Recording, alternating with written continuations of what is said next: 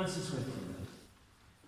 Mes chers frères, aujourd'hui c'est une grande fête, cette fête de la Toussaint, qui nous invite à nous réjouir pour tous ceux qui sont au ciel, tous ceux qui sont arrivés à bon port, contempler les milliers et les milliers de saints du ciel, tous ceux qui nous précèdent au ciel, où nous devons aller, où nous sommes faits pour aller au ciel, et comme dit l'Apocalypse, donc la vision que Saint Jean eut, il dit qu'il voit une foule immense que personne ne pouvait dénombrer, de toute nation, race, peuple et langue, debout devant le trône et devant l'agneau, revêtus de robes blanches, des palmes en main.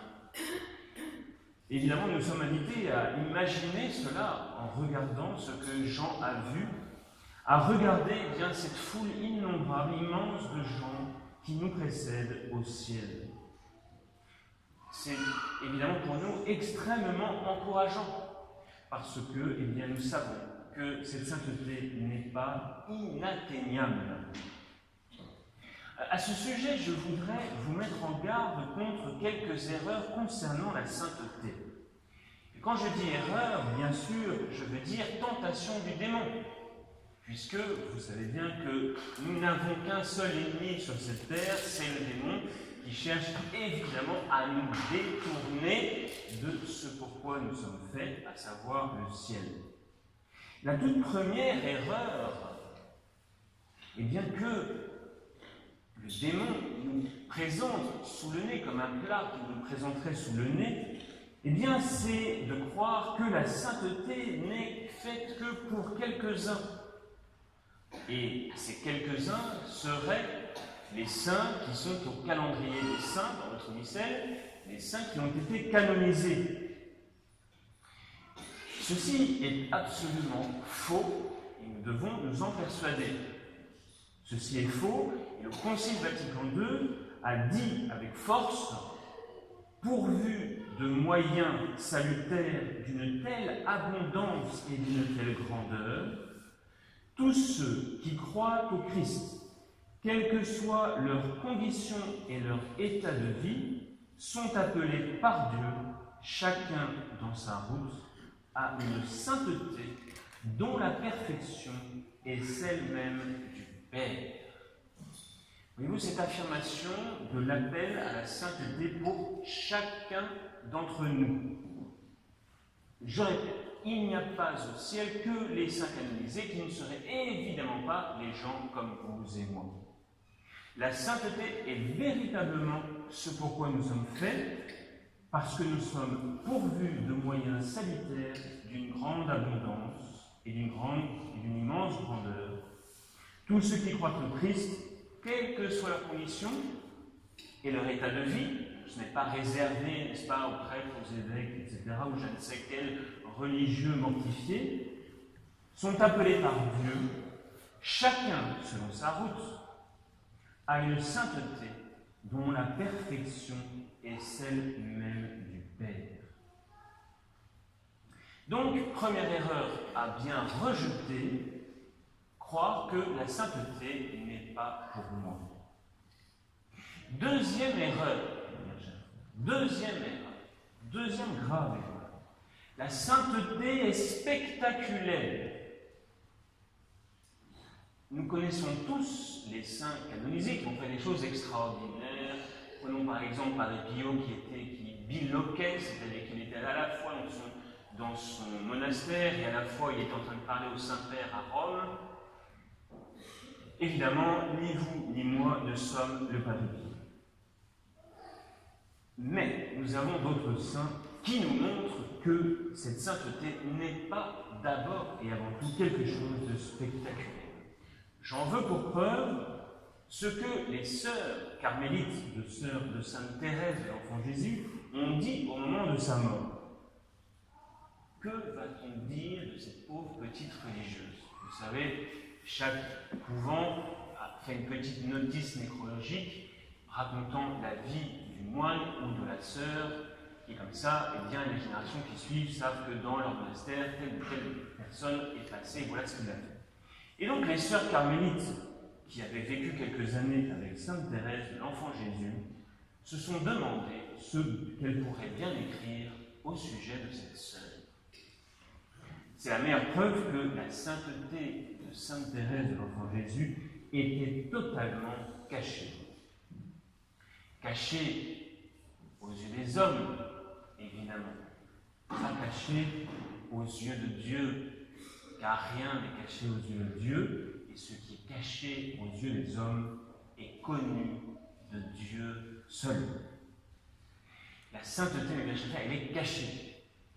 Elle est cachée, elle est là dans les sacrifices de tous les jours, du quotidien. La sainteté est cachée dans tout ce que fait une mère de famille et que personne ne voit. Parce qu'une maison qui est propre, tout ça semble tout à fait normal. Mais pourtant, les mères de famille savent bien combien elles ont dû passer du temps à faire le ménage dans leur maison.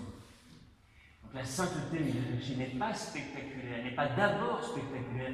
D'abord, elle est cachée parce qu'elle est une réponse à l'amour de Dieu et cela ne s'écrit pas sur le front.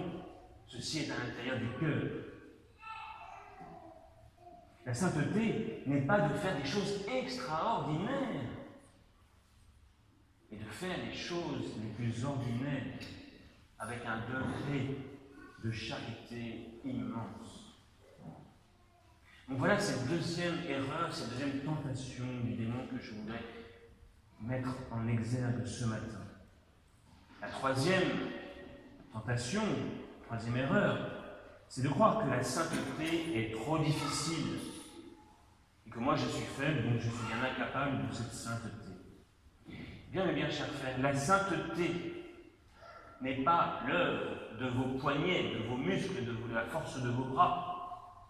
La sainteté est quelque chose qui se reçoit, comme a dit le Concile, dans la perfection qui est celle même du Père.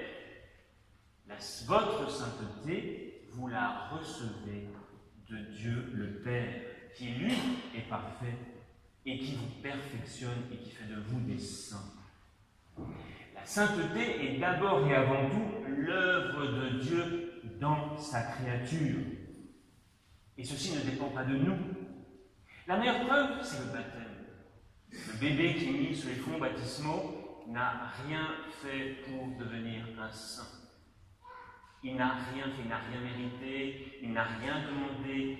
Il reçoit un cadeau totalement gratuit de Dieu. Sa sainteté ne dépend pas de lui en rien du tout. Il a juste été capable de recevoir parce qu'il a une âme faite à l'image de la ressemblance de Dieu, capax Dei, comme dirait saint Augustin, c'est-à-dire capable de recevoir la vie trinitaire, la vie de Dieu le Père, le Fils et le Saint-Esprit en lui. Donc la sainteté, eh bien, ne dépend pas de nous, elle dépend de Dieu. Bien sûr, il faudra y collaborer. Quatrième tentation, eh bien, c'est de croire que le saint est quelqu'un qui n'a jamais commis de péché, que la sainteté, c'est de ne jamais pécher. Et cela, bien chers frères, n'est pas possible. Le juste pêche 7 fois le jour, et le psaume. La sainteté ne consiste pas à ne jamais pécher, mais plutôt de toujours se relever. Cela demande de l'humilité. Cela demande de la persévérance. Parce qu'effectivement, tomber et retomber à nouveau, et c'est vrai, assez épuisant, assez fatigant, à moins qu'on se fiche éperdument de cela. Mais pour nous qui cherchons effectivement à aller vers le ciel, eh bien, c'est difficile de retomber souvent dans les mêmes péchés. Eh bien, la sainteté consiste à se relever autant de fois que nécessaire. Voilà, mais je vais faire 4 tentations que je voulais vous montrer ce matin, afin que vous ne vous preniez pas les pieds dans le tapis et que vous ne croyiez pas que la sainteté est pour les autres. N'oublions pas cette vision de l'Apocalypse, une foule immense devant le trône et devant l'agneau. Alors, mes chers frères, où sont-ils les saints, ces fameux saints de l'Apocalypse? Eh bien, mes chers frères, les saints, ils sont ici, tout simplement. Vous êtes là. Saint Paul parle de nous en parlant des parfaits, en parlant des saints. Les saints de notre temps, ils sont ici même dans cette église.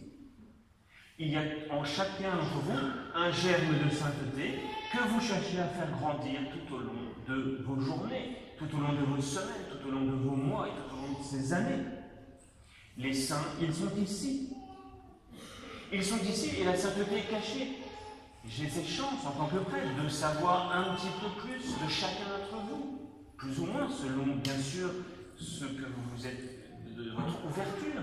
Mais quand je découvre des choses que vous me racontez, eh bien, je découvre tout simplement la sainteté de votre vie, tout ce que vous vivez de façon cachée, les croix, les épreuves, les souffrances que vous acceptez avec le sourire. La sainteté, mes chers frères, elle est vraiment là, ici, dans cette église. Chacun d'entre vous a son niveau de sainteté. Et c'est cette grâce que j'ai en tant que prêtre, que de la voir un petit peu plus que pour d'autres. Alors je voudrais vous encourager eh bien, sur ce chemin de la sainteté, où nous sommes tous appelés, pour lesquels nous sommes tous faits, et vous pourriez peut-être, en ce mois de novembre, lire l'exhortation apostolique du Saint-Père, qu'il a écrit il y a peu de temps, et qui s'appelle « Gaudete et exultate », réjouissez-vous, soyez dans la joie et exultez. C'est l'appel de la sainteté dans le monde actuel. Le pape a donc écrit une petite lettre apostolique, une exhortation apostolique. Eh bien, n'hésitez pas à la lire parce qu'elle est faite pour vous, chacun d'entre nous, et nous montre le chemin du ciel. Et comme vous le savez, le pape François est toujours extrêmement concret, extrêmement accessible à chacun. Il nous dit que la sainteté, elle est dans la patience, la sainteté, elle est dans le sourire, la sainteté, elle est dans les petits gestes du quotidien que l'on fait à notre prochain. Bref, la sainteté est accessible à chacun d'entre nous, mais ne croyons pas qu'il faut faire des choses extraordinaires, parce qu'effectivement, si nous pensons que peut-être Mère Teresa ou Padre Pio, effectivement, nous risquons de passer à côté de ce pourquoi nous sommes faits, ce que le bon Dieu attend de nous, c'est-à-dire un sourire, un effort, petit effort à la maison, quelque chose de caché, et c'est véritablement là et bien que nous nous sanctifions. Alors, pour terminer aussi, je voudrais qu'à la fin de la messe, nous disions ensemble l'acte d'offrande à l'amour miséricordieux de Sainte Thérèse. Nous avons distribué les feuilles tout à l'heure avant la messe. Eh bien, nous pourrons lire ensemble cette prière, la faire nôtre, et vous verrez combien elle correspond eh bien, à cette sainteté pour laquelle nous sommes faites, et sur le chemin duquel nous avançons tous les jours un peu plus. Au nom du Père, et du Fils et du Saint-Esprit, ainsi soit-il.